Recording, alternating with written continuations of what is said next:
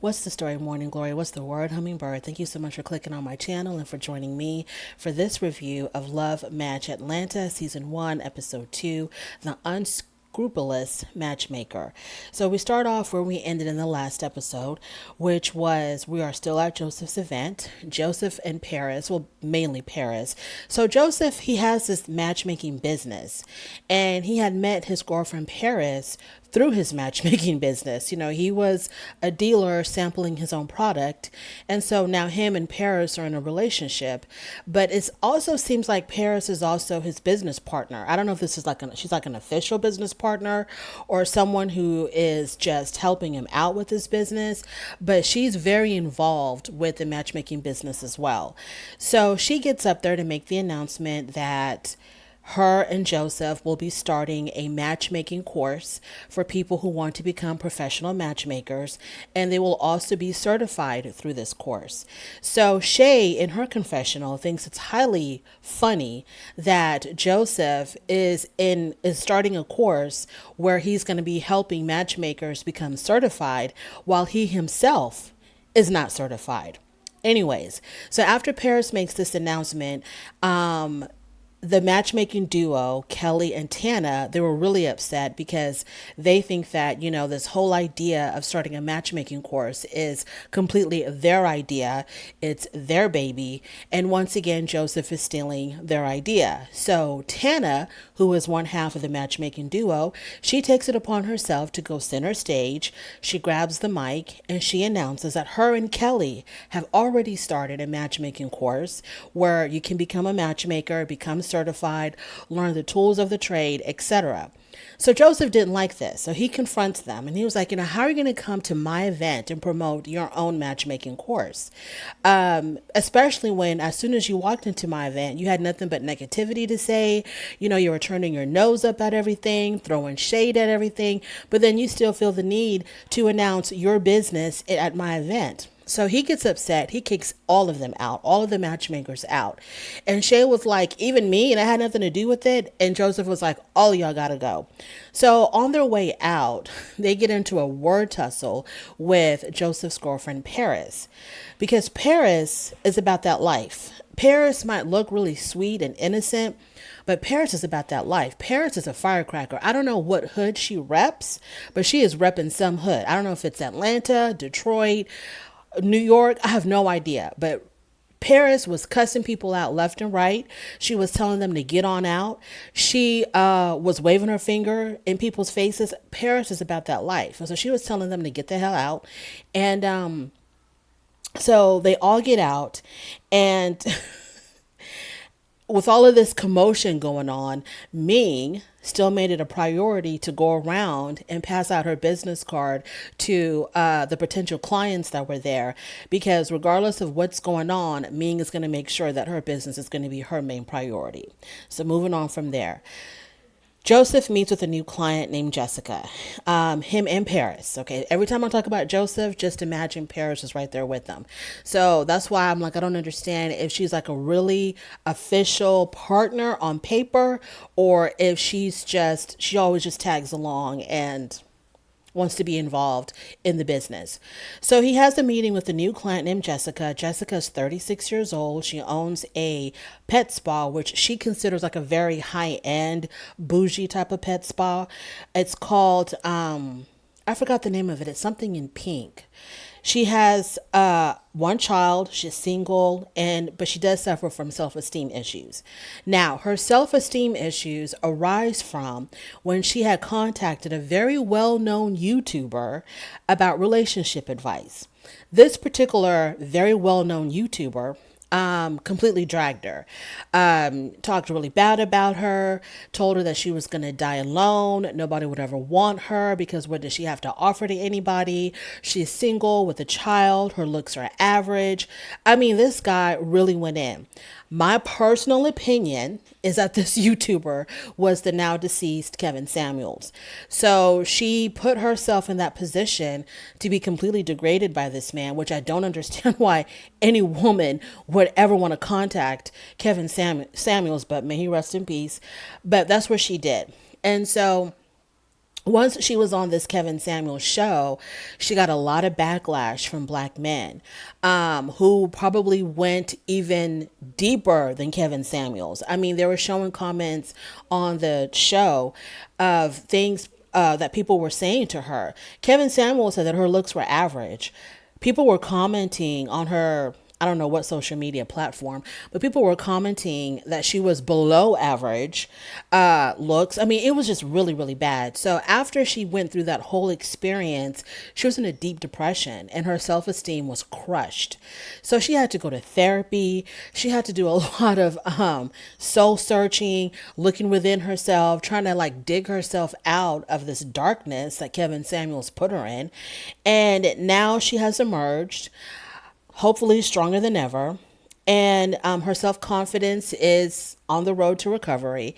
So Joseph was, letting her know that you're beautiful, you're gorgeous, you have a lot to offer someone. And, I can find you a match. Don't worry about that. Your love life is back on track. So because of now I thought that she was not going to want to date a black man, but it seemed like she had no issues with Joseph matching her with a black man. So we'll see how that goes. Moving on to Shay. Now, Shay's mother has come over. Shay recently she recently went through a breakup with her daughter's father. They were in a relationship for 8 years. After they broke up, she had to move in with her family, move in with her mother. So she just recently got her own place. So her mother comes over for a visit, and they're talking about the relationship ending and Shay getting herself back on track and, how things are really looking up for her business wise, so on and so forth. Moving on to Ming. So Ming has expanded her matchmaking business to the bridal gown business. So in Ming's mind, to her, this makes perfect sense that as soon as she matches you with someone and if it's successful, you just come right on back and she moves you over to her wedding gown department, her wedding gown business. So yeah, she's running both businesses in the same building because to her, it's like a natural transition. After you're matched, you get married, and she's right there to sell you a wedding gown. Go ahead, Ming, right?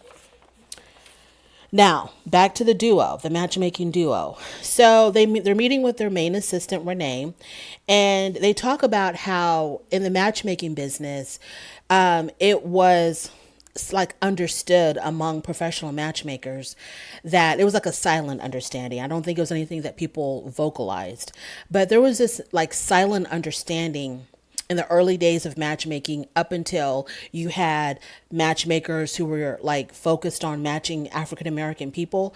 Up until that point, it was understood that it was hard to match black women. And I was like, why? Why would that have been a hard thing to do to match black women? And why specifically black women?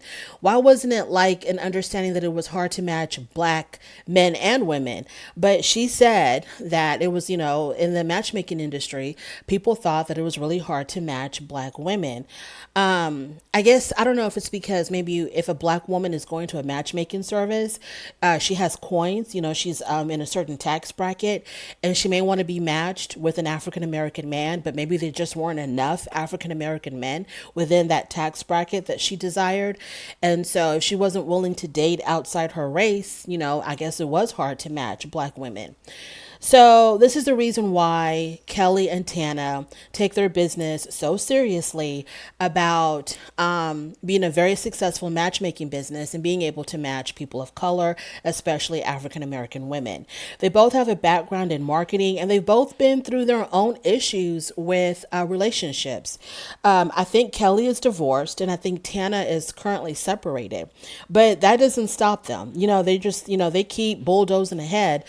The fact that they themselves may have relationship issues doesn't seem to bother them at all. Unlike Shay, who thinks that, because she doesn't have anyone in her life, she thinks that this is somehow affecting her business because she doesn't want her clients to really know that she herself is not in a, healthy romantic relationship.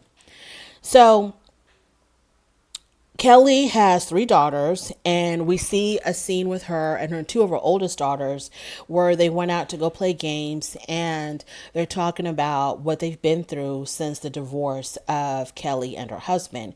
And Kelly said that she was in a really tough financial spot. She was barely making ends meet. She had to go to public assistance. She even keeps her card that she would use when she first applied for food stamps. You know, they give you your food stamp card and it has your picture on it. And she says that she keeps that in her wallet to remind her how far she's come and where she's been. I guess to keep her humble and to keep her motivated to keep on going and going and going. So that was really, really heart touching. One of her daughters was actually crying when they were talking about, where they used to be compared to where they're at now, where they live in this really nice home. Her kids are in private school. She's making a whole lot of money. And so that was a really nice peek into Kelly's background. Now, back to Shay. Shay meets with her client, Ashley. So Ashley is her client that is a challenge, to say the least. This is a client that's a real challenge for Shay because, the men in Atlanta typically don't go for girls like Ashley, who are, she's very melanated. She has a very short haircut, very short, like it's like a fade. She's not your stereotypical cover girl type of beauty. She has a very unique look to her, a very unique aesthetic to her. And so Shay is kind of like, doesn't really know what to do with her. But Shay says that she would not have taken Ashley on as a client if she didn't believe that she could match Ashley. So she does believe that she is able to match Ashley. Ashley is very free with her sexuality. She's not restricted to any particular thing. She's definitely hetero. She's definitely straight, but she's like, you know what? And other than that, anything goes and I'll accept anything. So Shay gets in touch with one of her counterparts who's also in the matchmaking business, but he is more geared towards matching gay and bisexual men. And so she talks with this particular matchmaker, and she lets him know that she has a client, Ashley, who's very open-minded and wouldn't mind dating a bisexual man, which is what Ashley had told her. So he was like, you know what, I have someone for you. So they come up with this guy. They match her with this guy named Anthony. And Anthony is successful. I don't know what he does professionally, but he's very successful in whatever the hell he does. He is a bisexual man, but he's interested in a long-term relationship with a woman. So later on, we're going to see how that date goes. Moving on to Ming. So Ming sets up a meeting with the dynamic duo. Now, let me give you a little bit of background between Ming and why she's setting up this meeting. So at Joseph's event, when things had gone left and Joseph had confronted, I think it was before Joseph confronted them. So at some point at Joseph's event, Ming had voiced her opinion that she thought that, it really wasn't a good idea for Tana to go up there and promote her own business at someone else's event. And so when she said that, the matchmaking duo, Kelly and Tana, turned on her and they were like, you need to stay in your lane. You don't understand what the hell's going on over here because you don't know the history of us and Joseph. So you talking your yin yang and your yip yap, you can shut that down right now because you don't know how far back we go with Joseph and the issues that we have with Joseph. So Ming didn't like being attacked like that. So I think this is the reason why she has set up this meeting. So she sets up this meeting with the matchmaking duo, and in her confessional, Ming says that the matchmaking duo, there are a couple of really nice ladies who look really nice for women of their age. So you can tell that there's some type of conflict between her and these two women. So Ming wanted to address Tana about what Tana had told her, stay in your lane. You don't know what's going on here, so shut your mouth. So Tana did apologize for coming on so strongly to Ming. And, she says, I'm really sorry that you caught the wrath of Chicago Tana, but you don't really know what's been going on between me and Joseph. And so Ming is like, okay, so, give me the story. What's going on here? So they tell her that, they go back to the app 8 years ago. Joseph came up with this dating app for African American clients or African American customers, however you want to call it. And so the matchmaking duo had heard about it when they were still in Charlotte. So they got in contact with Joseph and they said, look, why don't you add a VIP section to your app? And I'm guessing this is somehow or another, I don't know if they were going to get revenues from the VIP section because it was their idea that he was going to put in their app, that he was going to put in his app. I don't know. But they gave him an idea for this VIP section for his app. After that, they claimed that they never heard from Joseph again. He ended up blocking them. Soon after that, he blocked them on all of his social media. And then he started his own matching business called VIP Matchmaking. So this is the reason why the matchmaking duo, Kelly and Tana, have an issue with him, because they think that he stole their idea for VIP matchmaking. I don't know, like, if he's like stole the name. You know, he ended up calling his company VIP Matchmaking after they gave him the idea to have a VIP section on his app. I don't really know, but they claim that when he began his matchmaking business and he called it VIP Matchmaking, he stole this idea from them.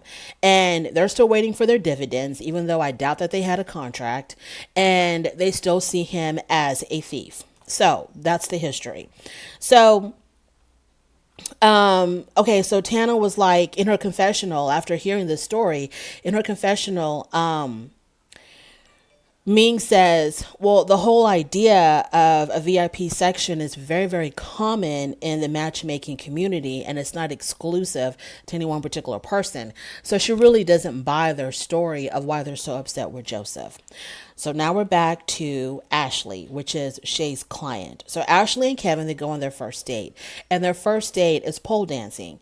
Now, Ashley's not that crazy about pole dancing because she's not that good at it, but she's willing to give it a try. And, you know, Kevin was willing to help her out.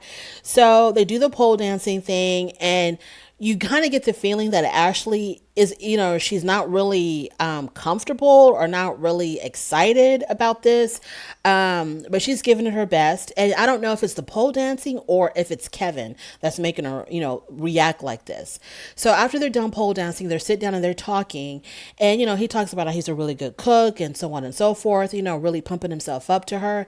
And I can't really tell if there's any kind of like connection between them. And then she ends up asking him, are you always this animated? And he says, yes, this is me all the time, because he's very, he was very animated, you know, but it wasn't anything over the top, but to her, I guess it was over the top, which was weird because she acts like she just accepts anything and she's down for whatever. And she's open-minded to everything.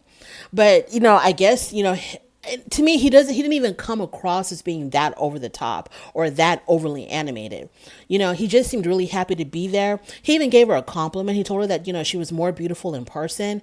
And so, but she could tell that she really wasn't comfortable with him or really wasn't feeling him. So Ashley meets up with Shay to talk about the date and how it went. And Shay first, you know, she starts off the conversation by saying, you know, I was really nervous about setting you up with the bisexual man because I've never done that with any of my clients before. And so Ashley said that Kevin could be a really good friend. So he's been friend zoned. There's no romantic connection there. So that's over with. So Ashley said, she tells Shay that Kevin was too animated and, you know, there was no attraction for him at all.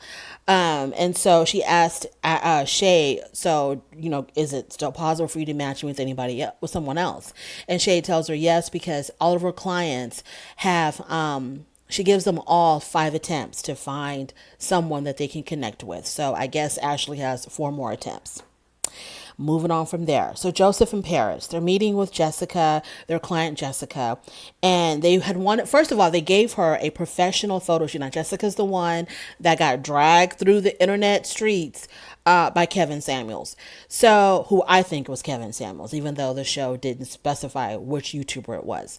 But anyways, so first they gave her a professional photo shoot. Okay. I mean, it was like a professional photo shoot. She changed into different outfits, professional photographer, the whole thing.